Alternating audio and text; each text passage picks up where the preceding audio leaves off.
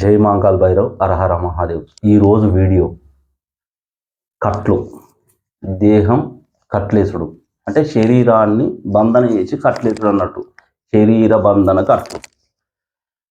ఈ కట్లు ఎట్లా పడతాయి అంటే దీని విధానం ఏంటంటే కట్లేసిండ్రు అంటే కట్లు వేసుడు వేరు, శరీర కట్లు వేయడం వేరు.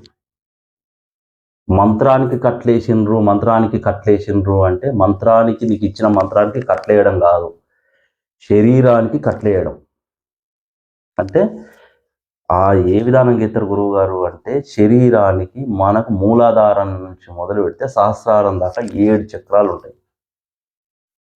ఆ 7 చక్రాలకు మనకు యంత్రం ఎన్ని రేకులు ఉంటుందో అన్ని రేకులకు ఒక్కొక్క అంగుళానికి, ఒక్కొక్క విధానానికి, ఒక్కొక్క రేకు, ఒక్కొక్క అక్షరం ఉంటుంది. అంటే ఒక దళానికి 4 ఉంటాయి, 4 దళాలకు 4 అక్షరాలు ఉంటాయి. అలా లుమనే అంటే మధ్యలో ఉన్నది నేను చెప్పాను, ఎందుకంటే కొందరు ఏంటంటే ఇది ఏ సూత్తి ఎట్లా జరుగుతుంది అనే విషయం చెప్తారు, కాబట్టి దీని గురించి వివరించి నేను అంత వీడియో నేను చెప్పలేను, కొంతవరకు మీకు చెప్తాను. మీకు దీనికి కట్లేస్తారు. కట్లేసి ఒక్కొక్క చక్రానికి ఒక్కొక్క విధానంగా ఏదైతే ఉంటుందో దానికి రేకులు అంటాం మనం. యంత్రం వేసినప్పుడు యంత్ర రేకు అని మాట్లాడి దానికి దళాలు చెప్తాం. దానికి దళాలకు ఒక్కొక్క దళానికి ఒక్కొక్క అక్షరం ఉంటుంది. దాంట్లో శరీరానికి కూడా ఒక్కొక్క అక్షరం ఉంటుంది. ఆ అక్షరానికి ఈ అక్షరానికి కలిపి మంత్రం అనేది ఆపుతారు. దాంతో ఈ మంత్రం ఎందుకు ఆపుతారంటే మూలాధార చక్రం నుంచి సహస్రారం దాకా మనం ఏదైతే మంత్రం చదువుతుంటామో, ఉచ్చరిస్తుంటామో ఆ మంత్రశక్తి మీదికి లేస్తుంటుంది. అంటే మూలాధార చక్రంలో కుండలి శక్తి అంటే అది జాగృతమవుడు అన్నట్టు. అది జాగృతమైనప్పుడు సహస్రారాన్ని అందుకుంటుంది అన్నట్టు. అందుకున్నప్పుడే కదా మనకు శక్తి అనేది బయటకు వచ్చేది. దాన్ని పోకుండా ఇంగళనాడి పింగళనాడి అనే 2 నాడులు మనకు ముక్కులో ఇక్కడ ఉల్టా పోతాయి అన్నాడు. ఎట్లా దీనికి అర్థం ఎట్లా అంటే ఇప్పుడు డాక్టర్ దగ్గర ఉంటుంది చూడు, ఇట్లా మనం ఎప్పుడైనా హాస్పిటల్ పోతే కనబడుతుంది, ఇట్లా మొత్తం ఇట్లా అల్లుకొని నామం అల్లుకొని పోయినట్టు ఉంటుంది. అక్కడ వాళ్ళ దగ్గర ఒక సింబల్ ఉంటుంది. ఆ సింబల్ చూడండి, మీకు గుర్తుపడితే తెలుస్తుంది. అది అన్నట్టు దాన్ని ఆపడం అన్నట్టు. ఆపినప్పుడు ఒక్కొక్క చక్రాన్ని ఆపినప్పుడు ఆ చక్రం అనేది ఇలా మంత్రగాడు ఎందుకో ఈ విధానంగా చేస్తాడు అంటే ఆ శక్తిని ఆపేస్తాడు. నీ దగ్గర ఎంత బలం ఉన్నది అనేది తెలుసుకుంటాడు. ఫస్ట్ తెలుసుకున్నప్పుడు అది కూడా తెలుసుకోవాలనుకుంటే ఫస్ట్ ఆ మనిషి ఎంత హైట్ ఉన్నాడు, ఎంత వెయిట్ ఉన్నాడు అనే విషయాలు తెలుసుకుంటేనే ఈ చక్రాలు బంధనం చేస్తాడు. లేకపోతే చక్రం బంధనం చేస్తాడు అంత ఈజీ కాదు, అంత చేయలేడు. మంత్రం కట్లేయడం అంటే అంత కాదు. మంత్రం కట్లేసినాక ఇంకో విధానం కూడా జరుగుతుంది. ఇక నేను దానికి చెప్తా విధానం ఏంది అనేది. ఈ కట్లు పడ్డప్పుడు ఇంట్లో చక్రాలు అనేది యాక్టివేషన్ అయితే అంటే వైబ్రేషన్ లేస్తుంది. లేచినప్పుడు ఆ వైబ్రేషన్ అనేది ఇట్లా చక్రాల వైబ్రేషన్ లేచినప్పుడు ఇంగళనాడి పింగళనాడి ఇట్లా ఉల్టా పోతుంటాయి. పోయినప్పుడు దాన్ని పోకుండా ఆపేస్తారు. ఆ మంత్రం అనేది ఈ బీజాక్షరాలకు ఎప్పుడైతే ఈ చక్రాలకు ఉన్నాయో ఈ చక్రాలకు అక్షరాలు ఉంటాయి. ఆ అక్షరం ఒకటి పట్టుకున్నాడు అనుకోవాడు, అది ఆగుతుంది అండి. ఎందుకంటే దానికి గీత పడుతుంది అలా లైన్. మన తెల్లకమ్మ మీద గీత పెడితే ఇట్లా పెడతాము, అటు పోకుండా అడ్డం పోకుండా. ఇప్పుడు పెట్టే రాత ఎటు పోతుంది, అడ్డం వేసినాక గీయలేము. ఇక అది అక్కడ ఆగుతుంది. అయినప్పుడు ఆ శక్తి అనేది మళ్ళీ రిటర్న్ పోతుంది కిందికి. రిటర్న్ పోయినప్పుడు ఆ శరీరం మీద బంధనం పడుతుంది. అప్పుడు శరీరానికి యాతన జరుగుతుంది.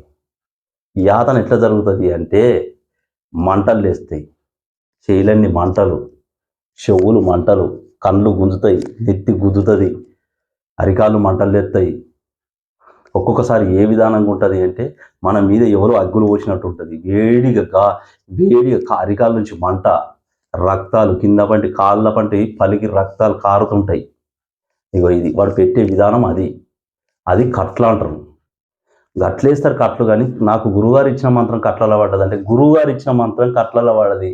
గురువుగారు ఇచ్చిన మంత్రం కట్లలో పడకపోవుడు కాక వేసే విధానం కట్లు. ఇగో దీన్ని కట్లు అంటారు. కానీ నాకు కట్లేసిన గురుగారు, నాకేమో అవుతుంది గురువుగారు అంటే నీకు కట్లేసింది అనే విషయం ఇంకొకటి. అక్కడ దీని విధానం తెలుసుకుంటేనే కట్లు అని చెప్పాలి. కానీ మంత్రం చదవంగానే ఇంకో మంత్రం చదవగానే కట్లు పోతాయి అంటే పోవు. కట్లు తీసే విధానం వేరే ఉంటుంది. కట్లు ఏసుడు ఉంటుంది, కట్లు తీసి ఉంటుంది. ఇది తాంత్రికులకు మాత్రమే తెలుసు ఈ విధానం, వేరే వాళ్ళకి తెలియదు. కట్ల విధానాలు ఇవి.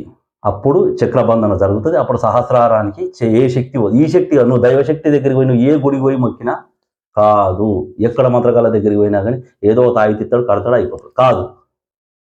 అది మళ్ళా ఎక్కడి నుంచి మొదలైంది ముడేసిండో అక్కడి నుంచి మళ్ళీ ఆ విప్పడం అనేది వేరు ఉంటుంది. ఆ విప్పడం అనేది విప్పితేనే మళ్ళీ చక్రబంధనం ఓపెన్ అవుతుంది. ఓపెన్ అయినాక మళ్ళీ తర్వాత గురుగారు అది ఒక్కసారి చేస్తే పోదు, అది 3 సార్లు చేయవలసి వస్తుంది, ఒక్కోసారి 4గోసారి కూడా చేయవలసి వస్తుంది. చేసినప్పుడు మాత్రమే అది క్రియ చేసినప్పుడు మాత్రమే అది ఓపెన్ అవుతుంది.